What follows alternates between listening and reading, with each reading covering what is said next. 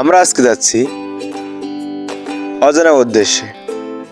দেখা যাক কোথায় গিয়ে আজকের আমাদের ভ্রমণটি শেষ হয়ে যায়। অজানা উদ্দেশ্যে দুই বন্ধু মিলে ভ্রমণ করতেছি। এখন বাজে 4:47। দেখা যাক আধা ঘন্টা বা 1 ঘন্টা পর কোথায় গিয়ে আমরা পৌঁছাই। দেখতে পাচ্ছেন 4:47 বাজেছে। So let's go.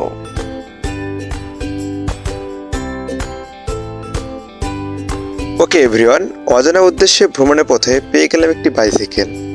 সো দেখতে পাচ্ছেন আজকের ভ্রমণটি আরও আকর্ষণীয় করার জন্য পেয়ে গেলাম আমরা একটি বাইসাইকেল। সো দেখা যাক আজকের ভ্রমণটি বাইসাইকেল নিয়ে কতদূর এগিয়ে যাওয়া যায়। চলুন সম্পূর্ণ দেখে আসি।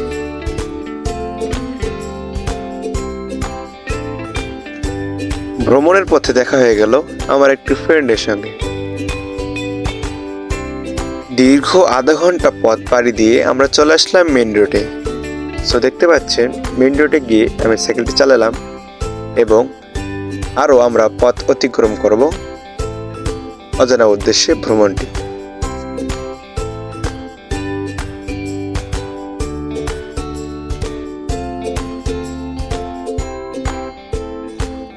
আমরা এই ভ্রমণে একটি বাজার অতিক্রম করেছি, সেটা আমাদের এলাকায় শিমুলতলি বাজার নামে পরিচিত।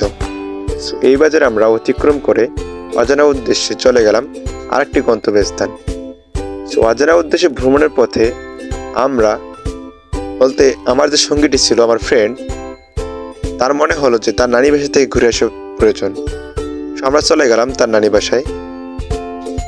এই অজানা ভ্রমণের পথে পেয়ে গেলাম আমার ভোট সেন্টার, বলতে আমাদের ভোট সেন্টার, যেখানে আমরা ভোট দিতে যাই, সেটি সেন্টার পেয়ে গেলাম এবং সেখান থেকে চলে আসলাম কিছুক্ষণ ওয়েট করে।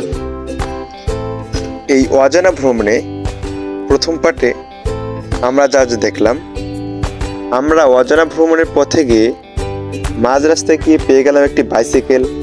সেখান থেকে চলে গেলাম মেইন রোডে এবং মেইন রোড থেকে একটি বাজার পার করে আমরা চলে গেলাম তার নানি বাসায় এবং সেখান থেকে আমরা দেখলাম একটি ভোট সেন্টার। সো প্রথম পার্টে এটুকুই। সেকেন্ড পার্টে আরও অনেক কিছু দেখবেন, কারণ আমরা অজানা ভ্রমণে অনেক জায়গা ভ্রমণ করেছি। সো প্রথম পার্ট দেখার জন্য অসংখ্য ধন্যবাদ। দেখা হবে নেক্সট পার্টে। ধন্যবাদ। Thanks for watching.